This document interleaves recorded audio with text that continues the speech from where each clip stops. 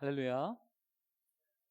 참 좋은 교회, 영신교회에서 우리의 믿음의 다음 세대 그리고 믿음의 가정을 향한 하나님의 말씀, 하나님의 마음을 함께 전할 수 있게 되어서 얼마나 기쁘고 감사한지 모르겠습니다. 소망캔 오늘 선포되어지는 말씀이 먼저 우리 마음을 깨우고 그리고 그 마음 들고 그 말씀 가지고 나아가는 가정마다 또 다음 세대 살기 현장마다 오늘 말씀이 우리의 간증되어지는 놀라운 역사 있기를 간절히 소원합니다. 오늘 저는 여러분들과 함께 코로나 시대 가정교회 연계 신앙 전수하기, 특별히 가정 예배에 대한 말씀을 함께 나누고자 합니다. C.S. 루이스는 고통의 문제라는 책을 통해 이런 얘기를 했죠. 하나님은 우리가 평안할 때는 속삭이며 말씀하시지만 우리가 고통 중에 있을 때는 메가폰으로 소리치신다. 왜냐하면 우리는 고난이라는 것을 맞이하게 되면 이 고난 언제쯤 끝날까? 이 고난 얼마나 크지? 그거 주목하느라 정작 그 고난을 다스리고 계시는 하나님을 향한 시선을 놓쳐버리기 쉬운 거예요. 그래서 우리 하나님은 우리가 고난 가운데 있을 때면 이전보다 더 큰 소리로 외치시는 겁니다. 길이 안 보이냐고? 내가 길이라고.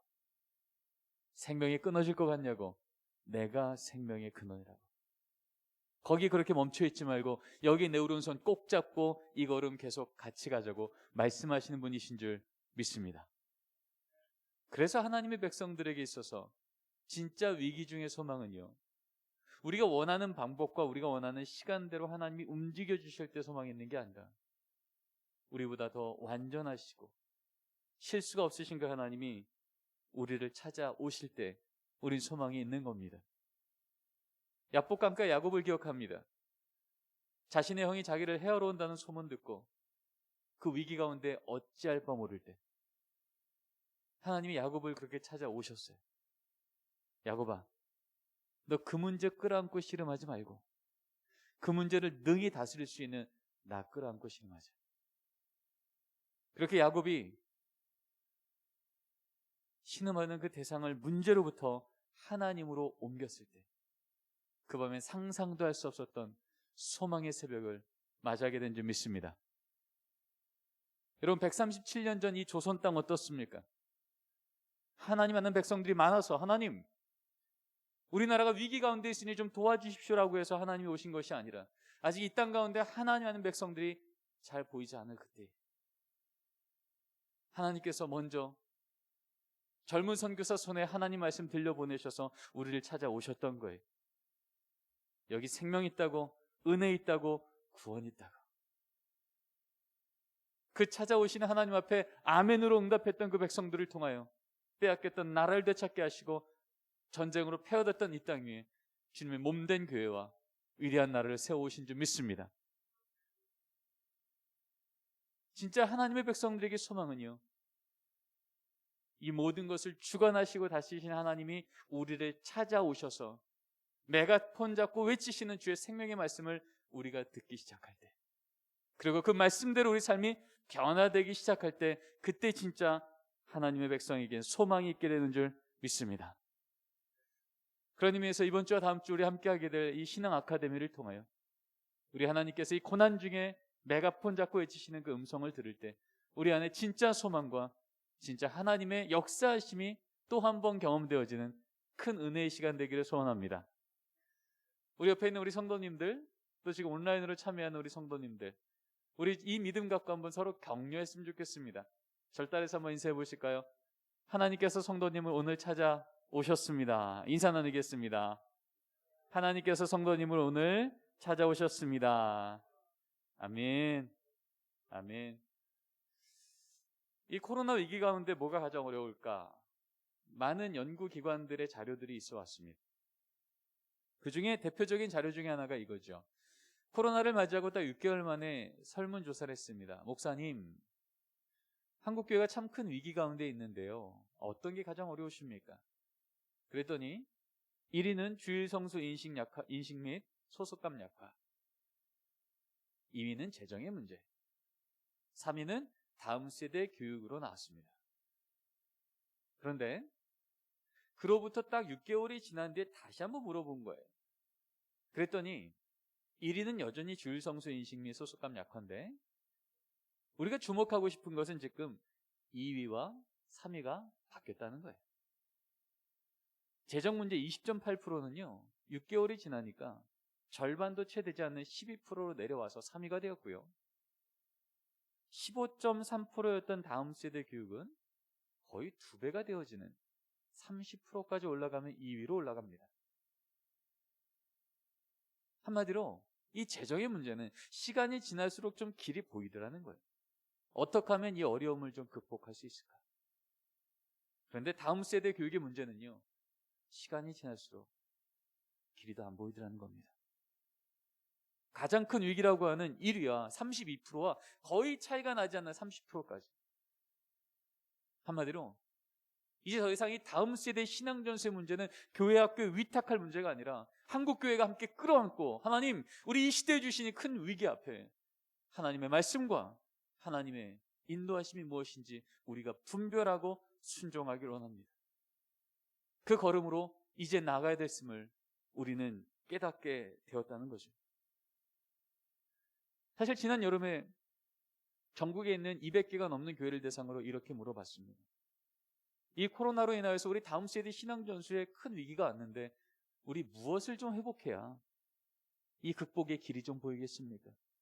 담임 목사님 그룹, 다음 세대 교육 지도자 그룹, 교사 그룹, 부모 그룹 전체를 대상으로 물었는데 그 모든 그룹이 공통적으로 1위로 말한 답이 있었습니다.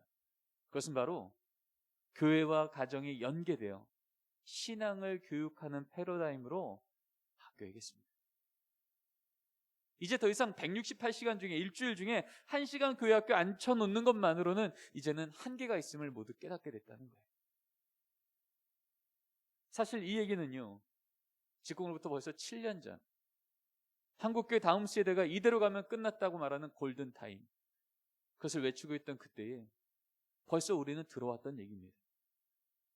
이때 역시 장신대 기독교 교육과가 50주년을 맞이하면서 전국에 200개 넘는 교회에 또 설문조사를 했어요. 20개가 넘는 항목을 내어주었습니다. 어떤 것이 회복돼야 우리 다음 세대가 다시 신앙으로 돌아올까요? 놀랍게도 1위, 2위, 3위가 모두 부모와 가정의 문제로 답이 되었습니다. 1위, 가정의 신앙교육 부재 문제. 2위, 부모들의 세속적 자녀 교육관. 3위, 부모의 신앙 저하. 그럼 왜 현장에서는 자꾸 이렇게 부모와 가정에 대한 부분을 우리 다음 세대 무너짐의 부분 앞에 우선적인 문제라고 말하고 있을까요? 우리 애들이 이렇게 말했거든요. 얘들아, 너희들 신앙에 가장 큰 영향을 준 요소가 뭐니? 서울 시내에 있는 예수 믿는 중고등부 500명 아이들한테 물었습니다. 그랬더니 2014년도에 물었을 때 어머니 1위 47.6, 아버지 4위 9.8. 57% 정도 되는 아이들이요, 저 부모님인데요? 라고 말하더라는 겁니다. 2년이 지나서 똑같은 질문을 했더니 어머니는 여전히 1위, 4위였던 아버지는 2위로 등극합니다. 57%였던 부모의 영향력은 이제 70%에 육박합니다. 딱 6개월 전 이 코로나 한복판 가운데 다시 한번 물었습니다. 그랬더니 여전히 어머니 1위 54%, 근데 2위였던 아버지가 16.5%에서 이제 33%까지 올라가게 됩니다. 여러분, 중고등부 아이들에게 있어서 부모의 영향력이 57, 70, 80을 넘는다면 아동부는 어떨까요? 더 높겠습니까? 낮겠습니까? 더 높죠. 영유아 유치부는요, 오늘도 부모님이 손잡고 교회 오지 않으면 이번 주 교회 올 방법을 알 수도 없고 교회를 올 수도 없는 영유아 유치부 아이들이에요. 부모님의 영향력은 절대적이었습니다. 그래서 궁금해졌습니다. 이렇게 부모님의 영향력이 절대적이라는 이야기가 점점 강화되는데 그러면 그 부모님들은 우리 아이들에게 어떤 신앙교육을 하고 있을까? 지난 여름에 전국에 있는 기독부모 1,500명을 대상으로 물었습니다. 매주 교회를 나오고 계시며 자신의 자녀를 유치부부터 고등부까지 보내고 있는 믿음의 부모예요. 이렇게 물어봤죠. 부모님, 우리 자녀를 양육함에 있어서 4가지 정도의 큰 양육의 영역이 있습니다. 인성교육, 지성학습교육, 진로교육, 신앙교육. 혹시 4가지의 교육 중에 어떤 걸 가장 우선적으로 하십니까? 라고 물었어요. 다시 한번 말씀드리지만 이 질문에 참여했던 분들은 모두 예수 믿는 부모였던 겁니다. 그런데 결과는 충격적이었습니다. 1위 인성교육, 2위 학습 지성교육, 3위 진로교육, 신앙교육은 최하위였습니다. 예수 믿지 않는 부모와 예수 믿는 부모가 함께 있는 그룹에서 물었다면 이해가 되겠죠. 내 자녀의 인생이 저 대학 들어가면 보장될 것 같다고, 저 직장, 저 연봉 가지면 내 자녀의 인생이 안전할 거라고 믿는 세상 사람들은 그럴 수 있어요. 그런데 바로 그 지식을, 바로 그 건강을, 바로 그 재정을 홀로 공급하시는 하나님이 바로 우리 하나님이란 걸 믿고 있는 예수 믿는 부모마저도 지금 이 질문 앞에 지성교육, 학습교육이 신앙교육보다는 우선이더라 말하고 있는 것이 지금 우리의 현실임을 발견하게 된 거예요. 여러분, 이런 상황 아니겠습니까? 중학교 2학년짜리 딸아이, 기말고사 기간이, 엄마 집사님이 분명히 주일 아침 10시 주일 중등부 예배 시간인데 이 딸아이를 교회가 아니라 학원 앞에 딱 내려주며 얘기하는 거예요. 혜인아, 너 이번 기말고사 얼마나 중요한지 알지? 열심히 공부해. 엄마 열심히 기도할게. 그리고 돌아서세요. 돌아서서 어디로 오세요? 교회로 오세요. 교회에서 뭐라고 기도할까요? 하나님, 이번 우리 딸 좋은 성적으로 하나님께 영광 돌리게 해주세요. 우리 하나님 영광 받으시겠습니까? 넌 열심히 공부하라고, 엄마 열심히 기도하겠다고 그렇게 말한 어머니의 뒷모습 보며 이 딸이 무슨 생각하겠습니까? 이런 생각하지 않을까요? 아, 신앙은 여차하면 제껴도 되는구나. 급할 때 찾고 손해볼 것 같을 때 여지없이, 예배가 아니라 특강이, 하나님의 말씀과 은혜가 아니라 세상의 스펙이 진짜 내 인생 안전하게 지켜주겠네. 여러분이 망가져버린 신앙의 기준을 우리 아이들이 어디서 배운다고요? 세상에서요? 학교에서요? 학원에서요? 아니요. 예수 믿는 부모의 등을 통해서. 여러분, 그렇지 않고서 어떻게 가장 최근에 발표되어진 한국갤럽의 우리나라 예수 믿는 부모 세대 17%. 그런데 가장 대표적인 선교기관에서 발표한 우리나라 중고등부 복음화율 3.8%. 이게 가능할 수 있겠습니까? 17%의 예수 믿는 부모 세대는 오늘도 성경책 옆에 끼고 하나님 오늘도 우리 가정 복 주실 거 맞습니다. 저 그거 믿어요라고 교회를 나오고 있지만 올해 시험 기간이라고? 고3이라고? 허용하지 않고서요. 어떻게 우리 다음 세대는 미전도 종족이 될 수 있겠습니까? 성경은요, 우리 다음 세대의 신앙 문제를 얘기할 때마다 하나님은 그 다음 세대와 직접 딜하신 적이 별로 안 보이고요. 늘 그 자녀 세대를 먼저 말씀으로 맡은 자, 하나님의 그 자녀를 우리 가정 안에 하나님의 자녀로 키우기를 명령받았던 믿음의 부모에게 명령하셨어요. 교회 학교 잘 위탁하면 알아서 길러줄게라고 말하지 않으셨고요. 어려서부터 내가 성경을 알았나요? 어떻게 해요? 예수 믿는 부모를 통해서. 내가 내게 명한 이 말씀을 너는 머리에 새기고가 아니라 어디에 새기고요? 마음에 새기고. 부지런히 가르치되 어떻게 해요? 앉았을 때든지 일어날 때든지 길을 갈 때든지 이 말씀을 강론할 것입니다. 여기서 마음이란 이 단어 레바브는요, 중심이란 뜻입니다. 한마디로 내가 내게 명한 이 말씀, 어떻게 하나님이 우리 부모 세대를 저 바로의 손에서 구원케 하셨습니다. 홍해를 마른 땅처럼 건너가게 하셨습니다.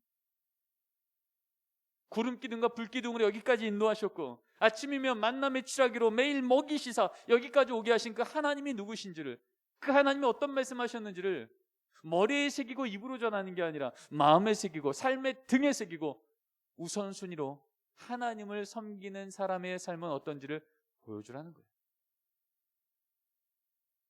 위기가 오면 무릎 꿇어 기도하는 걸 자녀에게 보이고,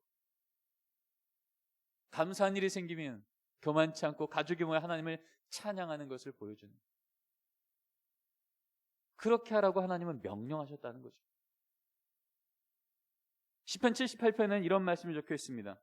우리가 이를 그들의 자손에게 숨기지 아니하고 여호와의 영예와 그의 능력과 그가 행하신 기이한 사적을 후대에 전하리로다. 지금 다윗이요, 이런 얘기하는 거예요. 하나님, 제가 어떻게 그 목동일 때 골리앗을 쓰러뜨렸는지, 아둘람굴의 그 절망스러웠던 인생을 어떻게 이 통일왕국의 왕으로 다시 회복시키셨는지, 그 하나님께서 내 삶에 행하셨던 영예와 능력과 사적을, 한마디로 내 삶에 있는 간증거리들을 내 자녀가 하나도 빠뜨리지 않게 다 전하겠습니다. 이 기록을 하나님 너무 기뻐 받으셔서 시편 한복판에 적으시고 이스라엘 백성들이 모일 때마다 함께 고백하고 결단케 했던 감사 예배시로 쓰셨다는 거예요. 정말 이 시대의 17% 예수 믿는 부모 세대가 내가 평생 만날 하나님을 향한 그 기적과 영예와 나의 간증거리를 우리 자녀가 하나도 빠뜨리지 않게 다 고백했다면, 우리 다음 시대가 이렇게 믿음의 미전도 종교가 될 수 있겠습니까? 신약 성경에 나오는 가장 대표적인 우리 자녀 세대의 신앙 양육의 말씀입니다.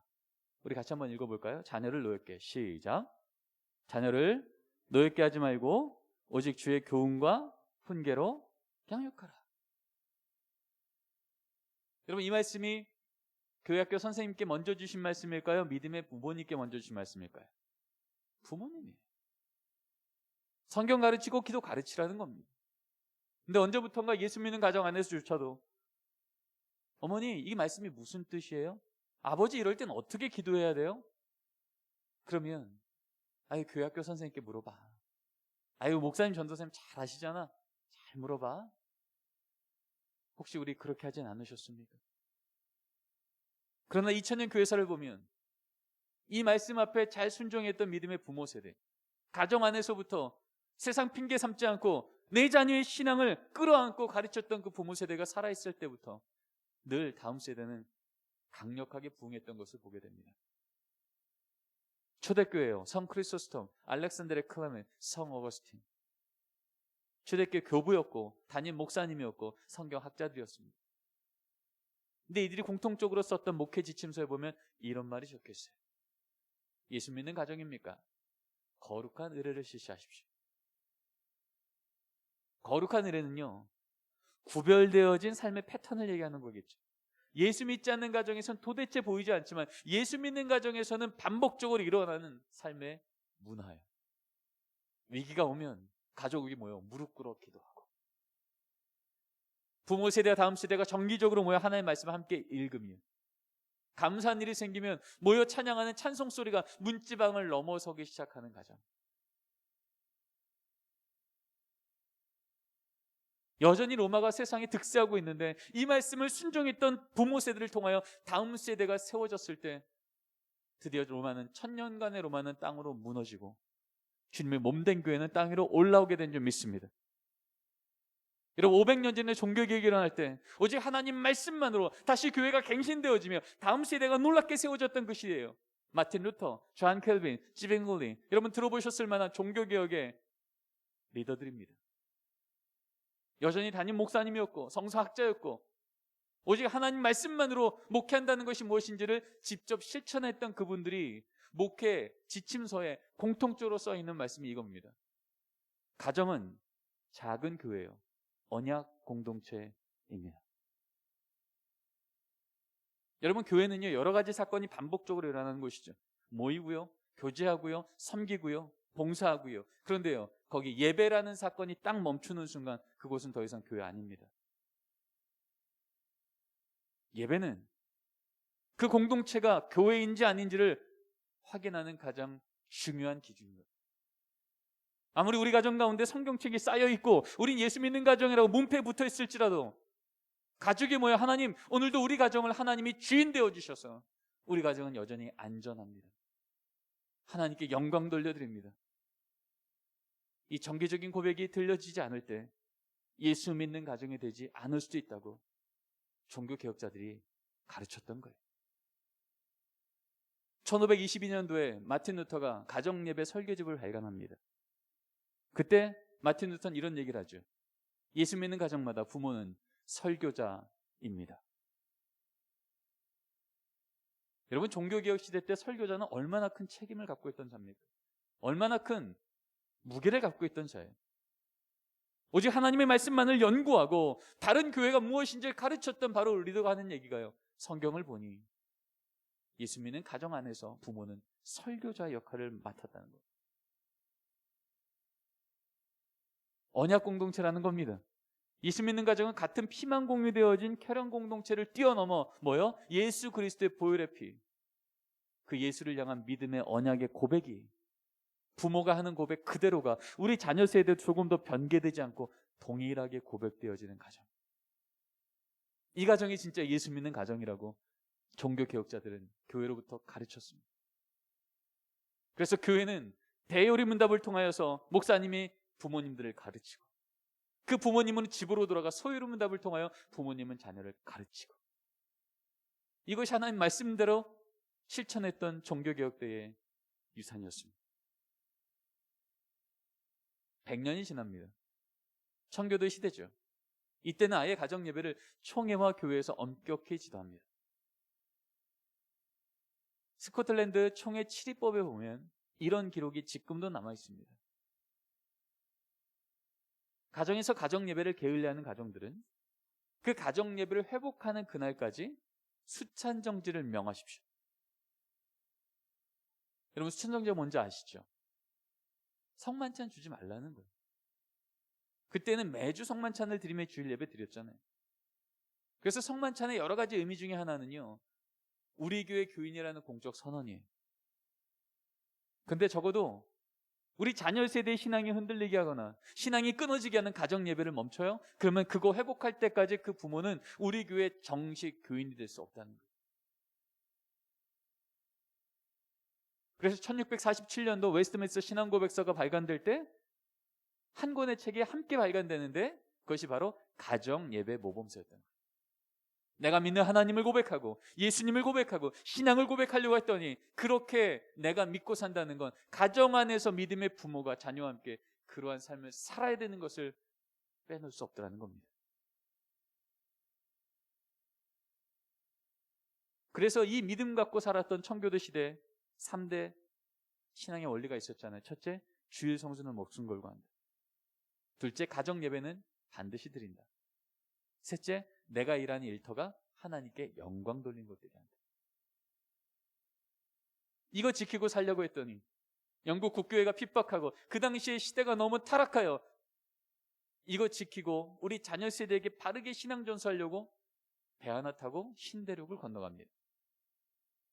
그렇게 세워진 나라가 미국이요? 세워진 교회가 미국 교회였죠. 18세기, 19세기 이제 하나님께서 미국 교회를 다시 한번 부흥시키십니다. Great Awakening Movement. 미국 대봉주 운동을 통해서 다시 교회가 부흥하고 미국 사회가 강건해지는데, 그것을 이끌어갔던 조나단 에드워즈 목사님께서 이렇게 얘기합니다. 가정예배는 경건과 신앙을 위한 은혜의 수단입니다. 한마디로 여러분의 가정이 경건하게 원합니까? 여러분의 자녀가 신앙 갖게 원합니까? 그렇다면 그 은혜가 우리 집에 쏟아져 내려오는 은혜의 통로가 바로 가정예배임을 잊지 말라는 거예요.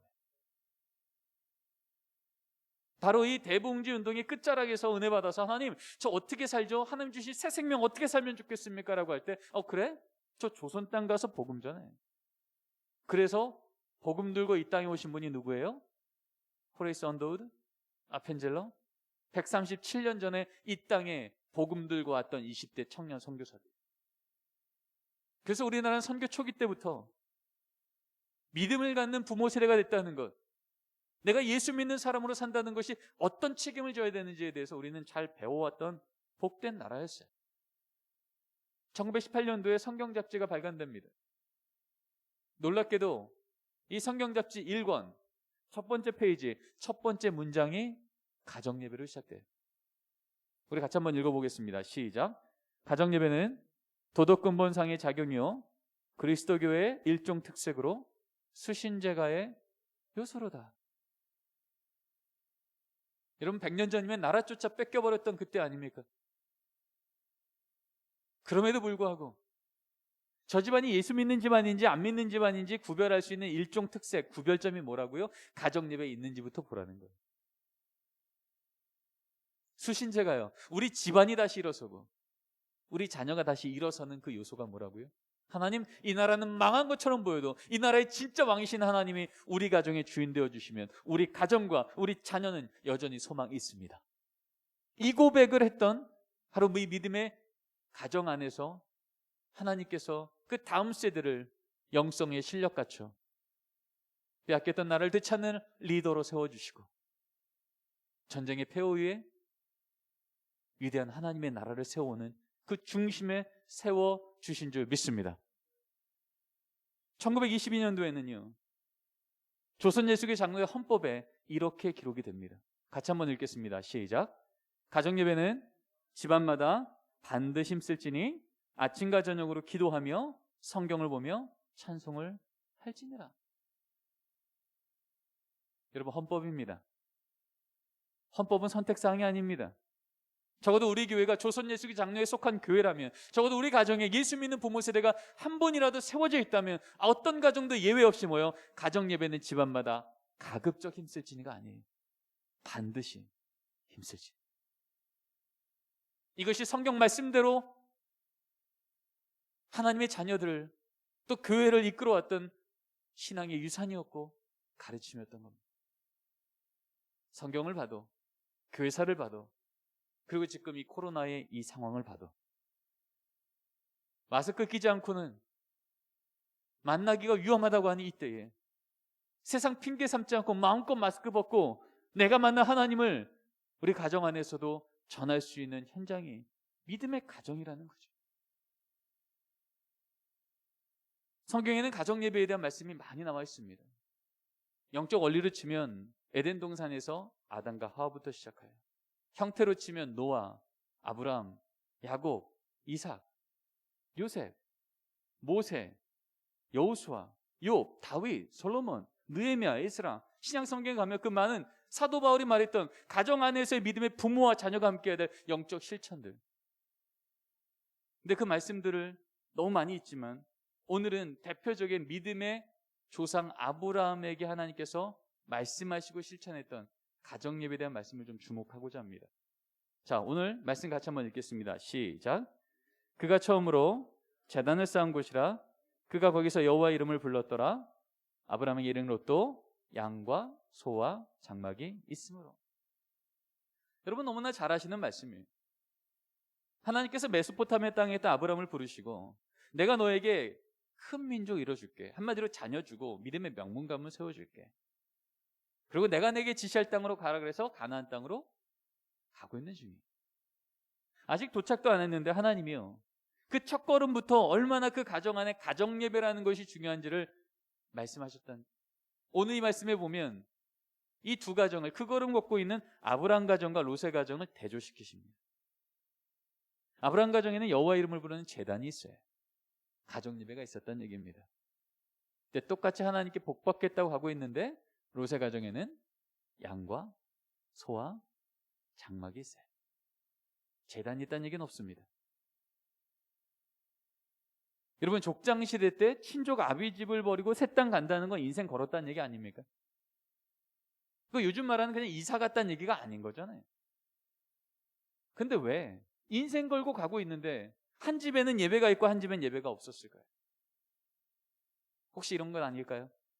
아무리 머리로는 하나님 우리 가정 복 줄 거 맞죠? 전 믿어요라고 가고 있을지라도 당장 오늘 하루 눈앞에 보이는 양 챙기느라 소 챙기느라 장막 챙기느라 가족이 모여 여호와의 이름을 부를 여유가 없었던 가정, 가족이 모여 여호와의 이름을 부르는 우선순위가 무너졌던 가정,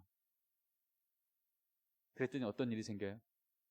소돔 땅이라고 하는 세상적으로 또 매력적으로 보이는 땅이 딱 나타나니까 하나님 알지 못하는 가정과 조금도 다르지 않은 선택하더라는 겁니다.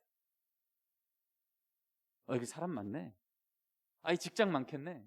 우리 집에 있는 양소 장막 이거 잘 챙겨 들어가면 살만하겠네. 이게 하나님이 얘기했던 복 받는 가정이구나.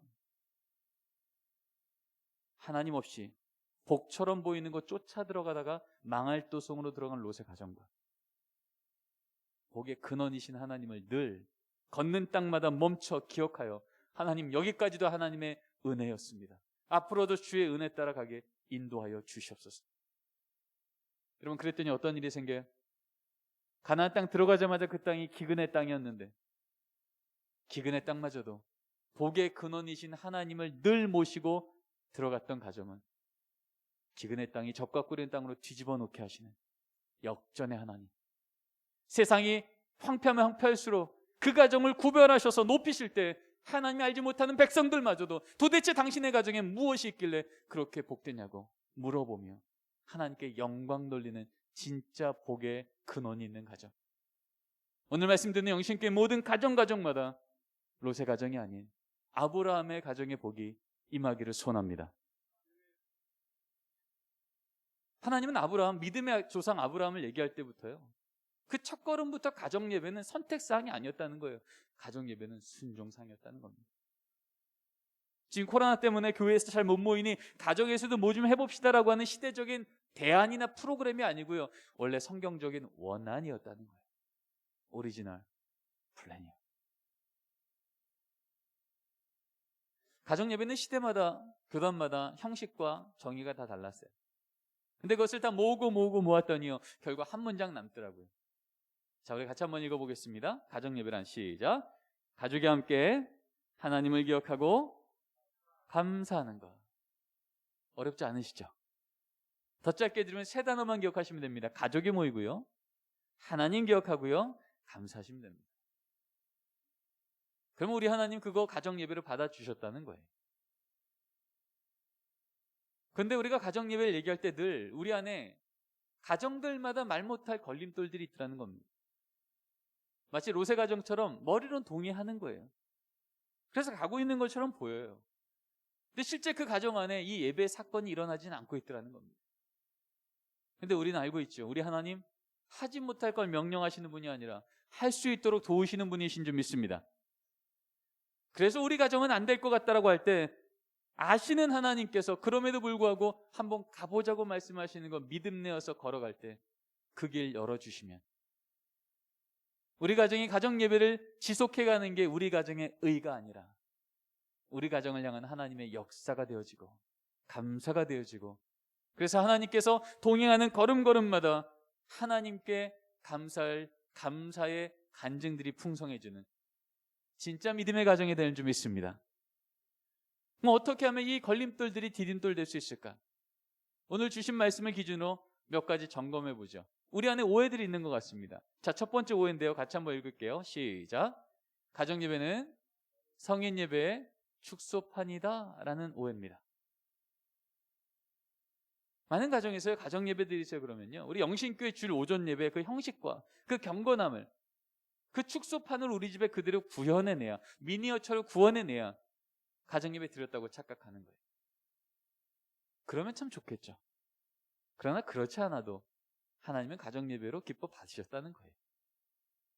여러분, 아까 읽었던 말씀 보세요. 아브라함 가정에 30분 예배 드렸다, 안 떠들고 예배 드렸다, 옷 갈아입고 예배 드렸다, 이런 얘기 있습니까? 전혀 없어요. 거기에는 사건만 적혀 있는 거예요. 형식이 아니라 사건이요. 가족이 모여 하나님을 기억하고 감사한 사건이에요. 2000년 교회사 중에 가정예배를 가장 강력하게 실시했었던 청교도 시대, 그때에도 가정예배에 대한 목회 지침은 이렇게 적혀 있습니다. 가정예배요? 가족이 모여 성경 한 구절만 읽어도 이미 가정예배 드린 겁니다. 성경 한 구절 읽고 기도까지 했습니까? 가정예배 더 잘 드린 겁니다. 성경 읽고 기도하고 찬송까지 했습니까? 가정예배 더 잘 드린 겁니다. 여러분, 얼굴이 활짝 피셨어요. 형식에 대한 얘기가 거기는 없고요, 우리 가족에 있는 모습 그대로 하나님이 주신 말씀을 주목하고 응답하면 예배가 되더라는 거예요. 여러분, 유치원 다니는 아들이 감사합니다 인사하는 형식과 20대 청년이 감사합니다 인사하는 형식이 당연히 다르죠. 그런데 적어도 그래, 막내는 지금 유치원생이지, 첫째는 지금 20대야 라는 것을 아는 아버지는요, 형식이 전혀 다르지만 그 자녀의 수준을 알면 그 두 가지의 인사를 다 기쁨으로 맞이하며 그것을 칭찬하고 교제하고 관계가 깊어지게 될 줄 믿습니다. 하나님 우리 가정의 수준을 아세요. 저희 집은요, 가정 예배를 지금 12년째 매일 드립니다. 하지만 단 한 번도 이런 걸 제가 들어본 적이 없어요.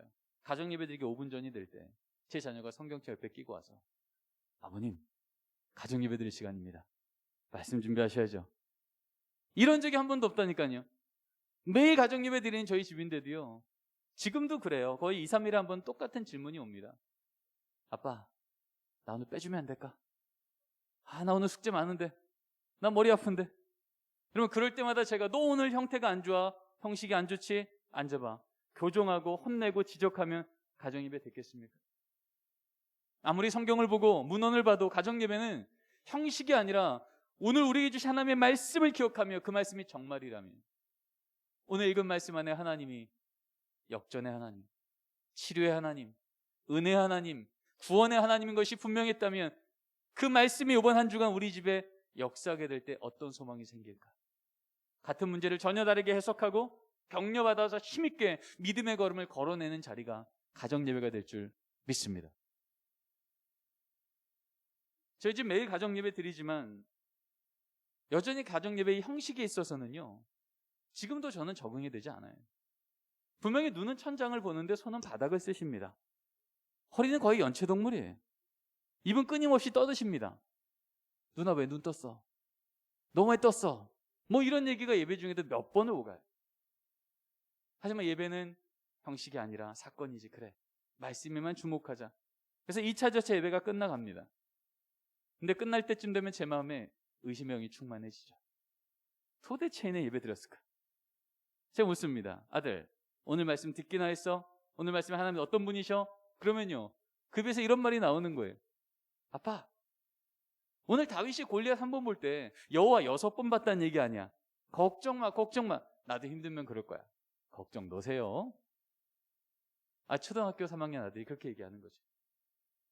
분명히 제 눈에는 장난치고 집중 못해서 저조차 예배가 안 됐는데요, 우리 하나님은 우리 자녀의 연약함에 제한받지 않으시고 오늘도 심어놓고자 작정하신 믿음의 씨앗을 심어 놓으신 줄 믿습니다. 한 번은 제 연구실에 기자님이 오셨어요. 가정예배에 대해서 인터뷰를 하고, 이제 저희 집 가정예배를 매일 드린다니까 촬영하러 오겠다는 거예요. 뉴스 자료화면 배경으로 내보내겠다. 근데 제가 말씀드렸지만 저희 집은 가정예배 드리는 형태만 보면 여러분들 시험 당하기 딱 좋거든요. 거의 누워 계시거든요. 그래서 제가 얘기했죠. 오지 마세요. 필요하면 제가 사진 몇 컷 찍을 테니까 필요하면 쓰시고 안 쓰셔도 됩니다. 그리고 이제 그날 저녁에 아이들한테도 이 얘기를 하고, 아이들 찬양할 때 찍었던 사진이 이 사진입니다. 성령 충만한 얼굴이에요. 저는 이 사진을 찍으면서 너무 당황한 거죠. 얘네가 이러고 찬양한 적이 없는데, 늘 누워 계셨는데 그날따라 눈을 감고 손을 들고 가슴에 손을 얹고 이러고 찬양을 하고 있는 거예요. 그리고 말씀 읽을 때 사진입니다. 얼굴엔 온화한 미소와 허리는 꼿꼿이 펴고 성경을 뚫어지게 쳐다보는 집중력이요, 끝날 때까지 요동함이 없는 거예요. 얘네가 이런 적이 없는데. 제가 이날 저녁에 이 예배를 마치고 이제 잠을 잤는데 잠이 안 오는 겁니다. 도대체 우리 애들은 이렇게 어린애들이 위선적일까? 큰일 났다, 이거 다 거짓인데 사진 보내지 말까? 뭐 이런 고민 때문에 머리가 복잡해졌는데 하나님이 제 마음속에 깨달음을 주셨어요. 그랬구나. 나는 오늘도 또 까먹었네 싶어 또 지적하고 또 혼내려고 했는데 아니었네, 다 알고 있었네. 찬양 저렇게 해야 된다는 거, 말씀 저렇게 들어야 된다는 거. 까먹어서가 아니라 미성숙해서 못했던 거였구나. 철을 따라 열매 맺으신 하나님, 시편 1편 3절 말씀처럼 오늘도 이 부모는 우리 자녀가 가을의 계절이길 원했던 거예요. 열매가 있고 풍성하고 칭찬할 만한 게 보이는. 근데 지금 우리 자녀의 계절은 뭐예요? 가을이에요, 봄이에요? 봄이었던 거예요. 씨앗이 심겨지고 싹이 나고 뿌리는 생명수로 힘있게 내려가고 줄기는 땅 위로 올라오고 있을지라도 땅 위로는 아무것도 안 보일 수 있는 거예요. 하지만 우리는 알고 있는 겁니다. 주의 말씀은 죽지 아니하고 그 안에서 살아나 일하고 있는 줄 믿습니다. 철을 따라 열매를 맺는다 그러잖아요. 여러분, 나무에 물을 줄 때 하루하루 물 줄 때 모른다니까요. 도대체 오늘 이렇게 물 주는 게 무슨 의미일까? 이렇게 햇볕 주는 게 어떤 변화일까? 안 보입니다. 그러나 철을 따라 열매 맺으시고 그렇게 계절이 바뀌어보면 계절만큼 변화된 것을 보는 은혜와 감격이 있게 되는 거예요. 여러분, 하나님께서 우리에게 주신 자리는요, 정비사가 아니라 정원사입니다. 우리가 바꿔내는 게 아니라 하나님께서 마침내 변화시키는 것을 믿음을 갖고 그 자리에 버텨낼 때 우리가 줄 수 없는 믿음, 우리 하나님이 우리의 순종의 걸음 따라 신실하게 부어주시는 줄 믿습니다. 기억하십시오. 가정예배는요, 형식이 아니라 사건입니다. 우리 부모가 원하는 모습대로 자녀 교정하려고 애쓰다가 지치는 플레잉 시간이 아니고요, 프레잉이요. 있는 모습 그대로 하나님 앞에 나아가되 오늘도 주신 그 말씀에 주목하여 이 말씀이 정말이라면 우리 가정 소망이 있겠네. 그 믿음 갖고 그 말씀 하나 때문에 우리 삶이 한 주간의 방향이 바뀌고 서로를 대하는 격려의 소리가 달라질 때 우리 하나님 영광 받으시며 그 자리 예배의 자리로 받아주실 줄 믿습니다. 자, 두 번째 오해인데요. 한번 읽어볼까요? 시작. 그럴까요? 아닐까요? 분위기상 아니죠? 아니에요. 많은 분들이 자녀 때문에 하는 숙제를 여기다 보니까 가정 예배를요, 가족 모임으로 하시더라고요. 가족 모임 아시죠? 부모님이 하고 싶은 얘기 다 하시는 시간이. 근데 성경책 펴고 하시더라고요. 데살로니가전서 5장 16절 항상 기뻐하라. 아버지가 얘기하죠. 항상 기뻐하라. 아들 얼굴 펴. 기뻐하래잖아. 얼굴 펴. 분명히 하나님 말씀을 읽었는데 하나님의 은혜는 안 느껴지고 불편한 지적들만 오고 하는 거죠. 물론 믿음의 부모님이 예배 시간에 얼굴 피라는 건 어떤 의미인지에 대한 영적인 해석이 그 안에 있어요. 그러나 우리 아이들은요, 아직 신앙이 자라고 있는 중이에요. 그거 다 못 알아들어요. 선명하게 알아듣는 건 또 지적하시네. 우리 자녀들은요, 지적당해서 변하지 않습니다. 감동받을 때 변합니다. 내가 기대했던 것 이상의 희생이, 기대했던 것 이상의 인내가, 기대했던 것 이상의 사랑이 내게 부어지는 걸, 용납하는 걸 경험할 때 그것을 부어낸 대상이 그들을 변화시키는 거예요. 그래서 예수님의 십자가는 우리를 늘 변화시키는 거예요. 여러분, 가정예배 시간이요, 진짜 이 시간이 가족 모임이 아니라 가정예배라는, 우리 가정의 가장이신 하나님 아버지만 말씀하시는 시간이라면 말씀 읽는 아버지도 하나님 앞에 아들이고요, 기도하는 어머니도 하나님 앞에 딸이고요, 아들도 아들, 딸도 딸인 거예요. 그러면 똑같은 말씀 읽고도 이렇게 바뀌겠죠. 항상 기뻐하라. 아들, 항상 기뻐하라는 말씀을 듣고 나니 네가 건강한 것만으로도, 네가 믿음 지키고 있는 것만으로도 기뻐하지 못했던 아버지가 부끄럽구나. 아버지가 항상 기뻐할 수 있도록 노력해야겠다. 넌 좀 어떠니? 이때 우리 아들이 무슨 생각합니까? 고수인데 그러겠습니까? 아니죠. 이거 괜찮네. 도대체 안 변할 것 같은 아버지도 성경 말씀 한 구절 앞에서 변하시네? 나도 내 인생 좀 바뀌었으면 좋겠는데, 나도 우리 아버지처럼 하나님 말씀 제대로 한번 만나 내 인생 좀 바뀌었으면 좋겠다. 말씀에 있는 게 무엇인지를 그 자리에서 보지 않겠습니까? 어머님이 또 기도합니다. 하나님, 오늘도 우리 집에 또 어려운 일이 생겼습니다. 그럼에도 불구하고 기뻐하라 말씀하시니 오늘 이 어려운 이 사건이 간증거리로 바뀌는 그날까지 눈에 보이는 대로 함부로 원망치 않게 입술에 파수꾼 세워주시고 그 걸음 인도하시는 주님의 손 꼭 붙들 수 있도록 이 여종의 손에 믿음의 힘을 더하여 주시옵소서. 여러분, 이 기도하는 어머님의 기도 소리를 듣고 그 딸이 이런 생각하지 않겠습니까? 이쯤이면 우리 엄마도 하나님 원망해야 될 텐데, 이쯤이면 우리 엄마도 절망해야 될 텐데, 여기 진짜 신앙의 거인이 앉아있네. 나도 우리 엄마처럼 어떤 상황에도 하나님 제대로 만나 흔들리지 않는 견고한 인생 살고 싶다. 나도 요즘에 성적 때문에, 외모 때문에, 돈 때문에 내 인생이 흔들려서 괴로운데 나도 우리 엄마처럼 하나님 제대로 만나 어떤 상황에도 요동치지 않고 더욱더 든든해지는 안전한 인생 살고 싶다. 기도가 뭔지를 그 자리에서 배우지 않겠습니까? 그 기도대로 나아갈 때 하나님 그 기도 외면치 않으시고 하나님의 사심을 그 가정에 보이지 않으시겠습니까? 위기가 오면 무릎 꿇어 기도하는 걸 자녀에게 보이고, 아니 자녀도 함께 무릎 꿇려 기도시키고, 그렇게 가는 여정 중에 하나님이 아니건 설명할 수 없는 기적 같은 사건이 또 그 가정 가운데 임하면, 이때부터 이 자녀에게 하나님은 귀로 듣던 교리의 하나님이 아니라 눈으로 보는 살아있는 하나님이 될 줄 믿습니다. 그러면 이 청년 성장해서 부모 떠나 살아도 위기가 오면 나도 모르게 무릎 꿇어 기도하는 청년이 되며, 감사한 일이 생기면 교만치 않고 하나님께 영광 돌려드려 하나님이 영성의 실력같이 세상이 감당 못할, 아무리 복에 복을 주어도 걱정 없는 진짜 세상 감당 못할 복의 자녀 되지 않겠습니까? 우리 자녀가 신앙 갖는 것, 기도를 배우고 말씀 갖는 것, 어쩌다 우연히 배우는 게 아니라 하나님 말씀대로 순종하는 자리 위에 하나님은 언약하신 대로 그 은혜를 부어주실 줄 믿습니다. 마지막입니다.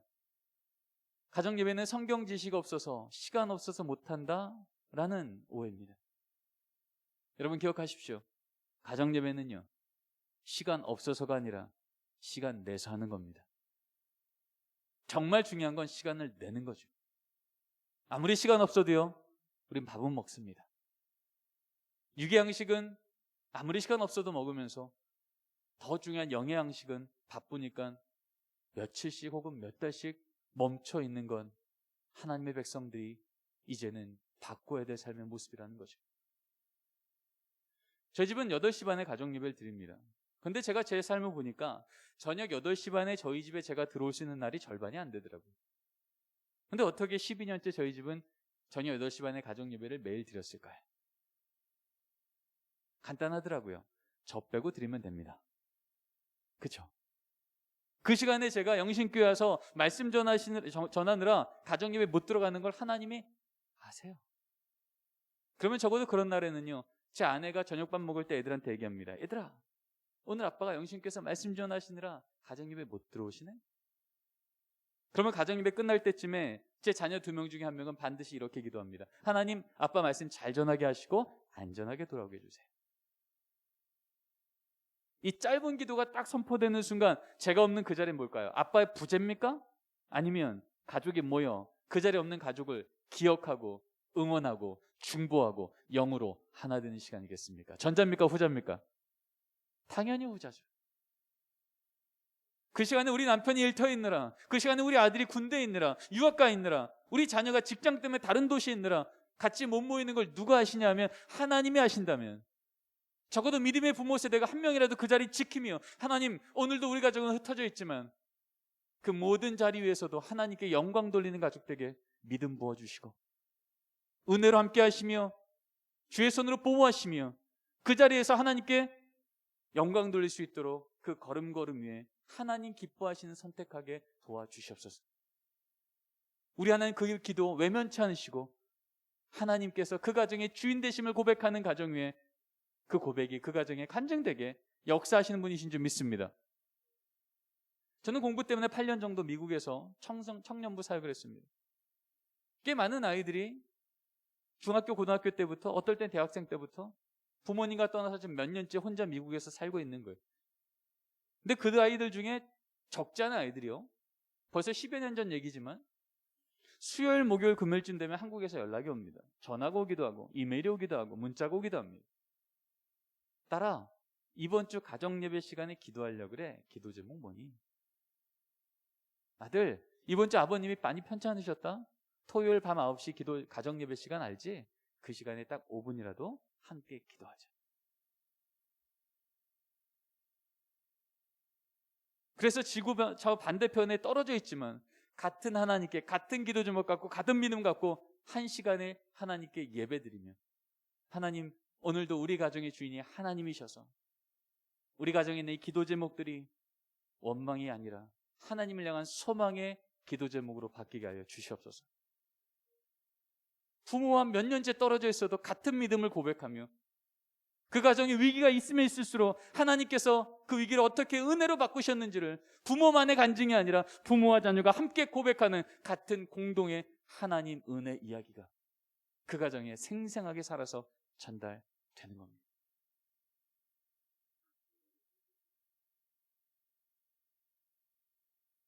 말씀을 정리하고자 합니다. 여러분, 가정 예배는요, 대안이 아니라 원한이었고요, 형식이 아니라 사건이었고요, 이제는 우리 다음 세대 신앙의 문제는 교회 학교 위탁할 문제가 아니라 모든 믿음의 부모님이 우리 자녀의 신앙을 나의 하나님이 주신 사역의 현장으로 끌어안고 삶에서 정한 시간을 가지고, 그것이 매일이건 일주일에 한 번이건, 중요한 것은 하나님, 오늘도 우리 가정의 주인이 하나님이셔서 우리 가정은 소망이 있습니다. 우리 가정은 감사합니다. 이 고백을 우리 자녀와 부모가 함께 나눌 수만 있다면, 그렇게 나눌 수 있는 자녀가 떨어져 있어서 함께 할 수는 없지만 적어도 우리 가정의 가정 예배는 일주일에 그 30분은 지킨다라는 약속을 가족이 기억만 할지라도 하나님께서 믿음의 분량만큼 그 자리 지키며 하나님께 영광 돌리고, 무너져 있는 것이 보일 때마다 그것이 우리에게 원망할 이유가 아니라 기도할 이유가 되어, 하나님, 무너진 것만큼 하나님 더 큰 은혜로 덮어주시옵소서.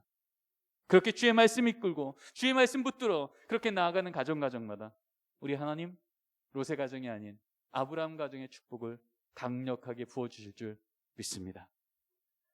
자, 우리 1번부터 4번까지 다시 한번 우리 결단하면서 읽어보겠습니다. 시작. 가정예배는 대안이 아니라 원한입니다. 가정예배는 형식이 아니라 사건입니다. 이제는 교회와 부모가 자녀 세대를 함께 양육해야 합니다. 자녀들이 우리 나이 되었을 때 우리보다 더 믿음 좋은 부모 세대로 교회 섬기는 것을 보기 원합니다. 아멘. 우리 옆에 계신 우리 성도님들과 이렇게 한번 결단하고 제가 기도하고 마치겠습니다. 자, 우리 옆에 계시는 분 모시고요, 가정 예배를 다시 한번 시작합시다. 인사 나누겠습니다. 아멘. 다시 한번 시작합시다. 아멘. 기도합니다. 하나님, 감사합니다. 믿음의 조상 아브라함을 부르셨을 그 첫걸음부터 믿음의 가정마다 하나님은 하나님의 주인 되심을 기억하고 고백하는 사건을 너무 기뻐 받으셨으며, 그것이 믿음의 가정마다 지켜야 될 기준이라고 성경적 정언 명령을 알려주셨음을 기억하게 하시니 감사를 드립니다. 하나님, 오늘 말씀해 주심은 또 다른 숙제를 주신 게 아니라 우리 가족의 수준만큼이 아닌 하나님의 계획만큼 우리 가정의 가정 예배 시작하시겠다고 주시는 하나님의 격려인 줄 알고, 하나님의 능력인 줄 알고 이 말씀 순종하여 따라가겠사오니 주님, 저희들에게 거룩한 용기와 거룩한 시작을 허락하여 주시옵소서. 감사하며 예수님의 이름으로 기도드립니다. 아멘.